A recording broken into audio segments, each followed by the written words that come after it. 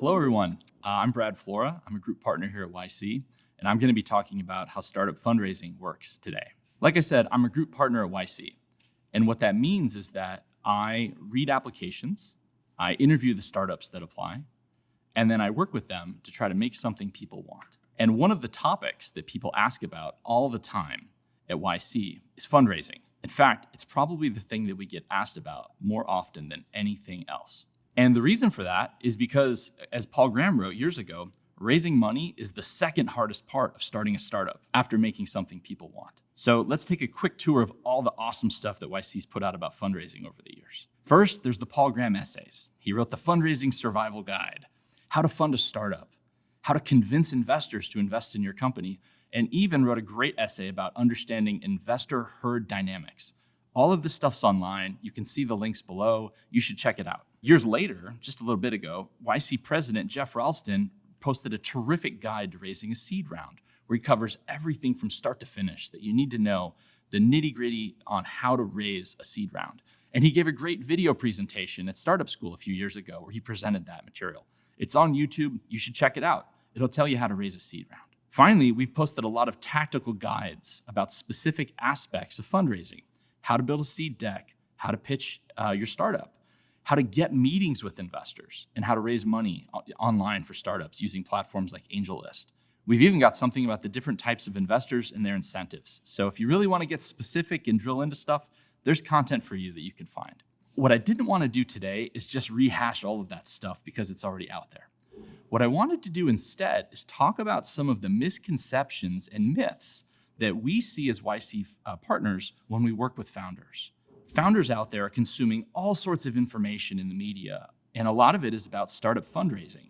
And there's some things in there that just are not true that we're going to talk about. The goal of this talk is to catch you up on how fundraising actually works today, and we're going to do that by exploring 7 fundraising myths. And for each one of them, we're going to talk about the myth, the reality behind the myth, and then look at some great YC companies that bust that myth. Before we get started, just a little bit more about me. I'm a YC partner, but I've also been on both sides of the table as a founder and an investor. From 2008 to 2014, I was building startups. And the company that I got the most success was Perfect Audience, which was an ad retargeting startup for small businesses. I took Perfect Audience through the YC Summer 11 batch 11 years ago, and we raised $1 million seed round after demo day. I hired a bunch of great people. We grew to $3 million in revenue, and we were acquired in 2014. After that acquisition, I got really into investing in startups. It started with angel investing, where I was writing just a few checks, $5,000, $10,000, into YC companies that I thought sounded really cool at demo day. But I got hooked. The thrill of going and meeting founders, finding out what their deal is, trying to figure out, are they making something people want? Should I invest? Was too much for me. And suddenly I was raising a fund with some friends to scale up and invest in even more YC companies. And so through that fund, I invested in 150 YC companies. And the good news for my backers is that we got into some great companies. You may have heard of a few of them: Deal, OpenSea, Retool, Razorpay. It was really awesome to help those companies raise their first round of funding, and it's been a lot of fun being involved since. Eventually, though, I joined YC as a group partner, and I get to do both sides. I get to act as a founder, as a fellow peer to the YC founders, and help them figure out how to make something people want, and then use my investor experience to help them figure out how to raise money. So I've got a good view of this. I've been involved in a lot of seed fundraising. So let's get started with these myths. And for the first one I want to talk about is this idea that raising money is glamorous. What's the image in your head that you think of when you think of startup fundraising? For a lot of you, it might be something like this. This is an image of Shark Tank, and it's a television show where entrepreneurs, they dress up, they make a sign, they get a bunch of materials, and they pitch a bunch of investors at once called sharks. And these are a bunch of people of varying levels of investor expertise who hear the pitch, ask a bunch of nosy, kind of pushy questions, and then fire offers at the founder rapid fire. And so if you watch this, you may be thinking, gosh, I've got to put a whole presentation together like this, and I'm going to pitch a bunch of people, and they're going to ask me all these tough questions, and it's going to be this high-pressure situation that I've got to figure out. The reality is that fundraising actually looks like this. This is a picture taken in the Creamery, which is a now departed cafe in San Francisco. Notice what's happening here? It's just a bunch of people sitting in chairs, talking quietly amongst themselves, right? It's just a bunch of coffee chats. That's how fundraising actually looks. That's what it actually feels like, is just sitting in a cafe talking to someone. Shark Tank, the pitch competitions, the business plan competitions, they're just for show. They're marketing events for the organizations that put them on. And in fact, a lot of the investors at these things, they don't invest. They're just there to meet other investors and hang out. And even on Shark Tank, I think Mark Cuban recently said that even though he's put $20 million into these companies, he hasn't made a dime yet. He's still in the red. Actual fundraising is just a bunch of one-on-one meetings on Zoom over and over again while you try to collect checks and convince investors. It's a grind. Okay, what you see here is a diagram that was made by an actual YC company called Fresh Paint that shows what an actual round of fundraising looked like for their startup. You see at the top, the company in each one of these circles and squares represents a different investor that they met with. And when the boxes are connected, it's because that investor made an introduction for them. They met with 160 investors, and 39 of them said yes, which is a very high conversion rate. But the check range was all over the place. They had people write 5K checks and people write 200K checks, all right? Not everybody was some fancy VC that could write a giant check. And it took them 4 months and 18 days to get through all these meetings and close all these deals. And that was to raise $1.6 million. Fundraising was painful and it was a grind, but it was pretty straightforward. It was just a bunch of conversations. They've written a great blog post. That's where this image comes from that you can check out. You should definitely read it. It's a great example of what it's actually like to raise money. Okay, the next myth I want to talk about is this idea that I need to raise money before I can start working on my startup. All right, we see this a lot with founders. We meet people that have a big idea, which is great. And the next thought they have is, well, gosh, I guess I need to raise money so I can build my big idea. But that's not how the best founders actually think about fundraising. The best founders, they build the first version of the product first, even if it's a simple, almost toy-like version of it. And then they go get some users for it. And then, only then, when they see that people are starting to use it and maybe there's some value being created, do they start thinking about raising money. And the reason for this is that it's cheaper than ever to build a prototype of a product, to build a first version, okay? It's cheaper than ever to host a website and build software. It gets easier and easier and easier every year. And also, it's easier than ever to find potential users. You can get users on platforms like Product Hunt, on Hacker News. You can find users on social media, Twitter, LinkedIn. Everybody's on the internet today. And you can use that to find early people to try out your product. And when you do this, when you've got a little bit of product, just a little bit, and a few users for it, it immediately gives you a great deal of leverage. All right, you've gone from that person waving the pitch deck around, trying to figure out how to find $20 million, to someone whose startup is in motion. And investors want to jump on trains that are in motion. Here's an example. Solugen is a YC company from the Winter 17 batch, and they are a chemical manufacturing startup. They literally make chemicals and sell them. As you can imagine, that is a capital-intensive business. It requires a lot of money to build a facility that can make chemicals and sell them at scale. And a certain type of founder that had this idea would then make a pitch deck and go around telling investors, I need $10 million, I need $20 million to build the manufacturing plant to make these chemicals. The Solugen folks chose a different path, which is first, they built a tiny version of their reactor that fit on a desk, but it worked. Next, they built a slightly larger version of that could actually make enough hydrogen peroxide to sell. And they took that to YC when they applied for the Winter 17 batch. And during the batch, they started making enough hydrogen peroxide using this slightly larger version of the machine that they could go and sell it to first customers. Turned out that hot tub supply stores needed hydrogen peroxide to sell to people that had hot tubs. And so they were making $10,000 a month selling hydrogen peroxide to hot tub supply stores. Not a ton of money. But let's step back for a second. If you were an investor and you were trying to invest in a chemical manufacturing company, who would you back? The person with the pitch deck asking for $20 million, or the people that have built a first version of this, even if it's small and making small amounts of the product and selling it to hot tub supply stores, which is hardly a huge business, but it's something. Well, investors clearly want the second. Solugen was able to raise $4 million for to get started on their company because they'd already made some progress.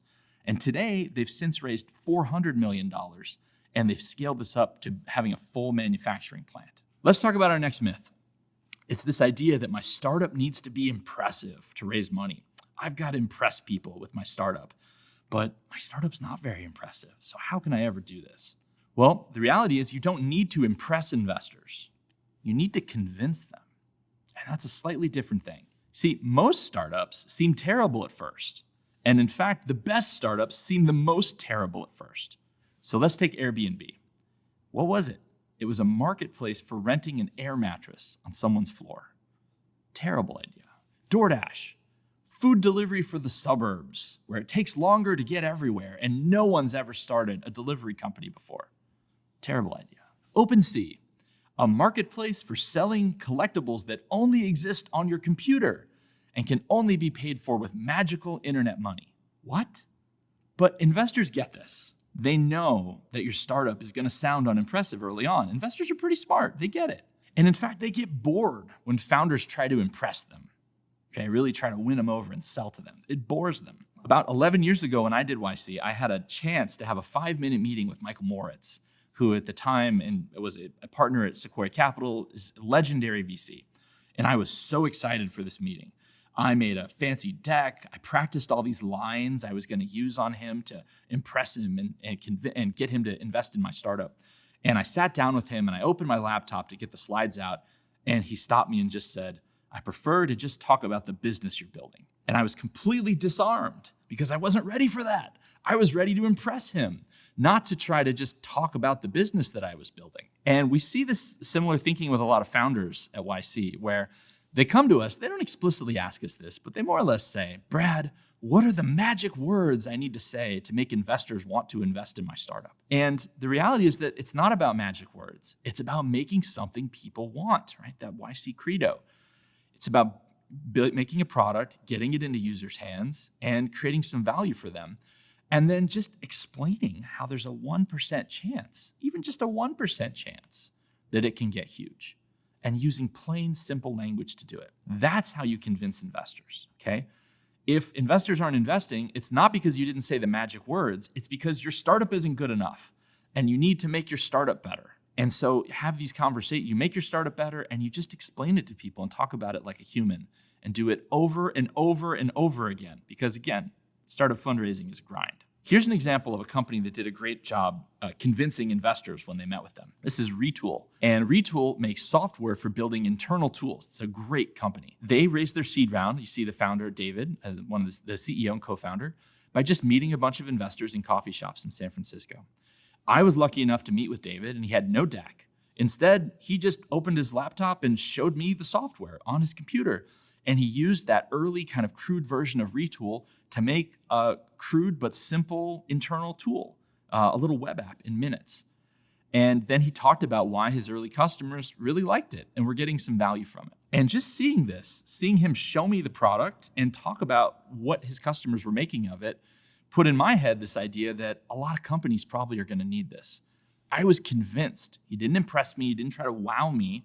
He just showed me and talked in a reasonable way about what he was doing. And that convinced me. I wrote a check, and today that company is at a $4 billion valuation. It wasn't about doing a fancy pitch. It wasn't about magic words. It was just about making something and then talking about it with me. The next myth I want to talk about is that raising money is complicated, slow, and expensive. If you read a lot about fundraising in the press, you might think that it involves raising giant rounds from big-name VCs. Well, why is that? Well, let's take a look at yesterday's TechCrunch headlines about fundraising. We've got a story about Shopify, MarkVision, Locket, Sprig. What do we see, folks? What's the common denominator here? Gigantic numbers. And so you're reading this at home, and you're just trying to think, how can I raise $25,000 to quit my job, or spend more time on this, or get a hosting account for the website that I want to build? You're not thinking about $100 million. Gosh, maybe this isn't for you. Well, the reality is that all the rounds you read about in the news are Series A's and growth rounds. You don't read much about you don't read anything about the actual first rounds of funding that companies raise. Why? Because it's boring. Okay, it's really boring. We already established that. There's no glamour in the actual early fundraising that startups do, so it never makes the press. These typical A and B rounds are huge, right? You raise $10 to $50 million.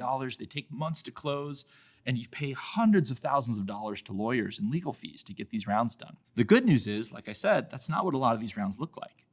Your typical seed round is actually much smaller. $500,000, maybe a couple $1 million. You can close it in weeks, if not days, and there's no legal fees. And this is the same for if you're trying to raise a pre-seed or just trying to raise $50,000 from friends and family. You can do that quickly, and there's no need to get lawyers involved. Why is that? Well, in 2013, YC created a new standard fundraising document called the SAFE, the Simple Agreement for Equity. So initially, this was made by YC to be the new standard document that all YC companies would use. And it turned out for fundraising. And it turned out to be so great that now every startup uses this to raise their money. The SAFEs are awesome. First off, it's easy to understand. It's only 5 pages long. It's really fast to close an investment using a SAFE. There's only a couple terms to discuss: the amount of the investment, the valuation cap of the investment, and then the discount. And guess what? Nobody does discounts. So there's only 2 terms that you really need to discuss when closing a SAFE. And finally, they're cheap. You don't need lawyers to send them. Also, the SAFE is just on the YC website. If you Google Y Combinator SAFE, you can find the document, download it to your computer, and use it this afternoon to close an investment in your startup. How cool is that?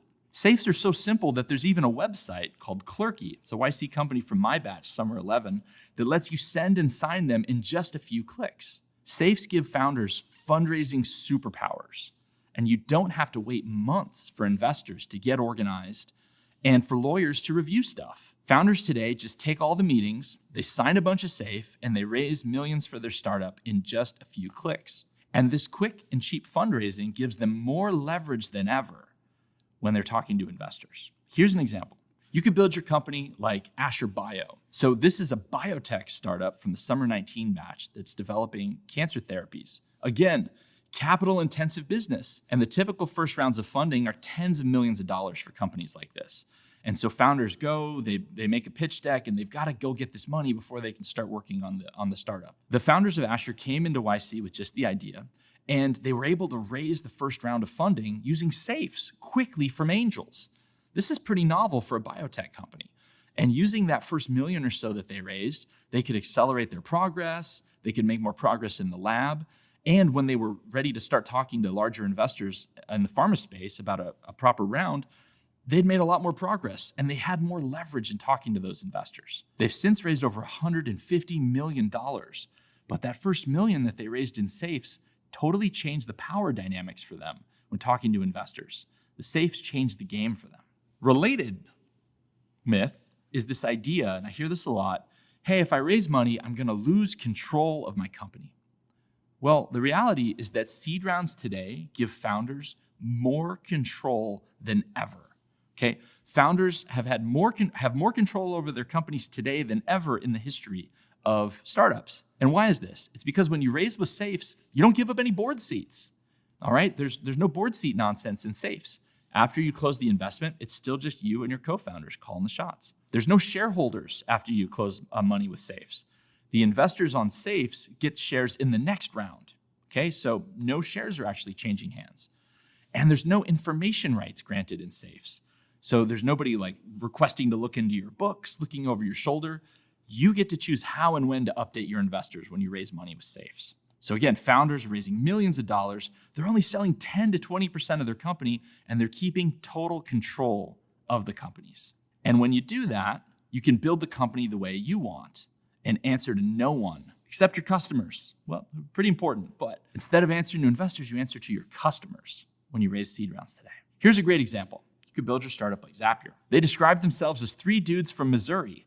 And Zapier is software that help you set up integrations. If you've got one app that you use in another app and you want them to talk to each other, you can use Zapier to set that up. It's awesome. They did the YC Summer 12 batch, and they applied with an early version of their software. They had a few customers, and they raised over $1 million from angels and small funds at Demo Day. And because they did that, because they raised on SAFEs, and they just raised a bunch of checks, they were able to run their company the way they wanted. And for them 10 years ago, that meant going fully remote.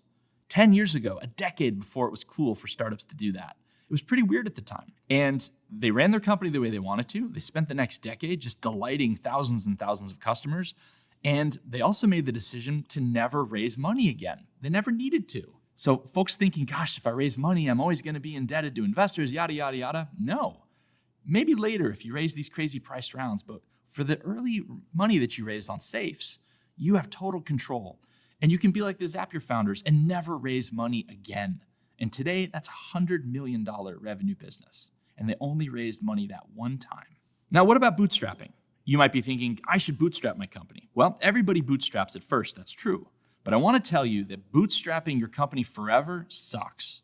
And here's why. So first off, when you bootstrap forever, and what I mean by bootstrapping, I mean funding the company out of the revenue that you make from customers, it's scary, all right? You're always about to shut down. You're always about to run out of money. It's miserable because you don't have any money to pay yourselves a decent salary to live on. It's distracting. You have to go into consulting in order to make the money you need to keep working on your products sometimes. You have all these detours when you're bootstrapping. And then finally, the odds just aren't great. There are very few examples of 100% gigantic bootstrapped companies. And I think if it was the way to go, there'd be a lot more of those. I actually want to propose a definition of bootstrapping. So bootstrapping is taking the pain of fundraising and stretching it out across the entire life of your company. Why would you want to do that? I propose to you that you should rip off the Band-Aid and take the pain up front and raise money for your company, and then you never have to raise money again if you don't want to. You can be like the Zapier founders. And besides, at the end of the day, who's more in control of their startup in the end? Is it the bootstrapped founder who's always worried about running out of money, or the founders that raise enough money to get the company going after they've built a product and gotten some users, and they can just make their customers happy and they never have to raise again? The next myth I want to talk about is this idea that I need a fancy network to raise money. The reality is that if you are making something people want, investors don't care about where you went to school, where you worked, who you're friends with, how old you are even. Investors are human, and sure, they notice pedigree. But guess what, folks? Investors are coin-operated lizard people, and they care a lot more about making money. You could build your company like Podium. Podium is a company that started off making customer review management software for tire shops. All right, if you're a tire shop and you're worried about what people are saying about you on Yelp, you might use Podium to keep track of that. The co-founders were two guys from Utah. They had no Silicon Valley network. However, they were really good at sales, and they came into YC, they were already making money, and by the end of the batch, they were making tens of thousands of dollars a month.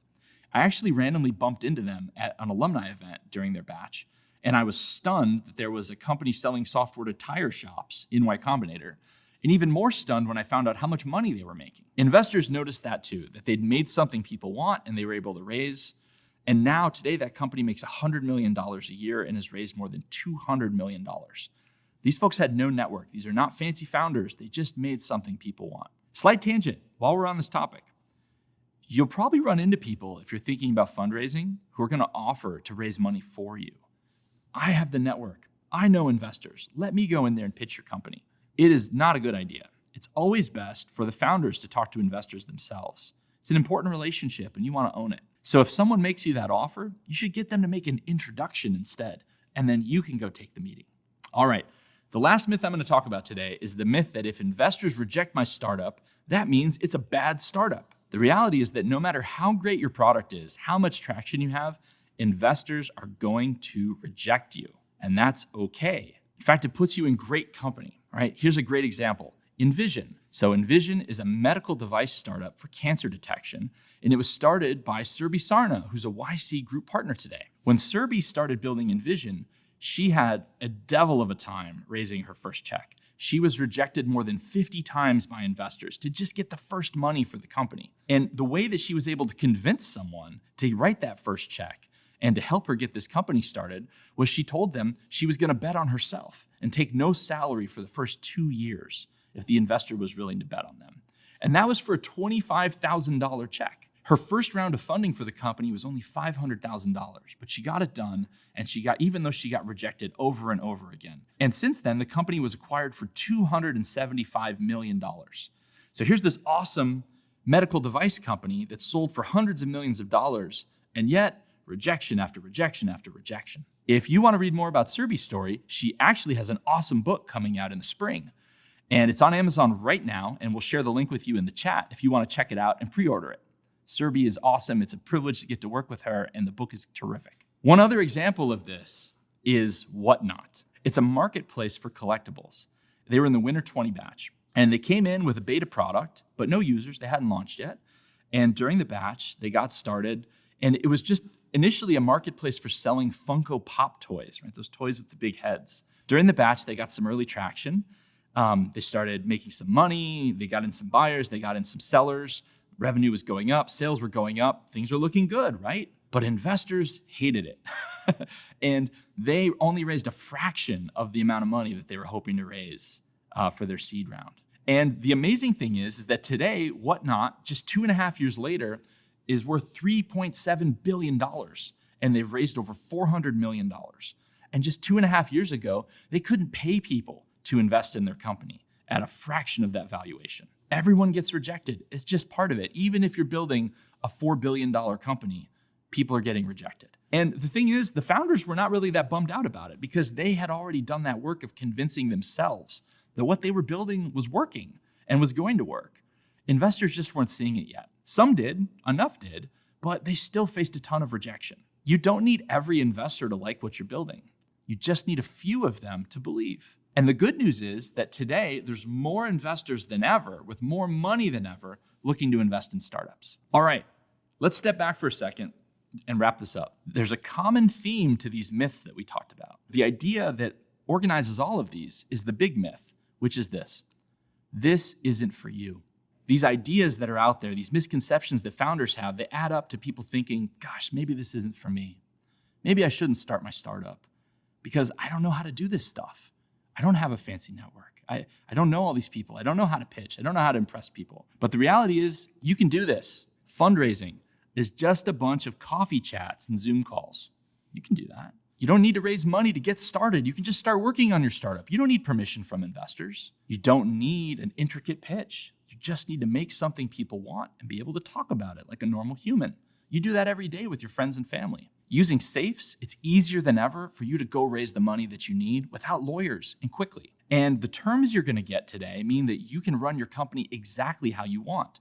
There's not some secret special way that you have to run your startup. You can call the shots. You don't need a big network and fancy connections to raise money. And finally, the rejection that you're going to experience doesn't mean anything. It's just part of the process. It turns out there's never been a better time in the history of the world to raise money than now. So if you're thinking of doing a startup, get building. You can do this. You can do all of this. You can do this.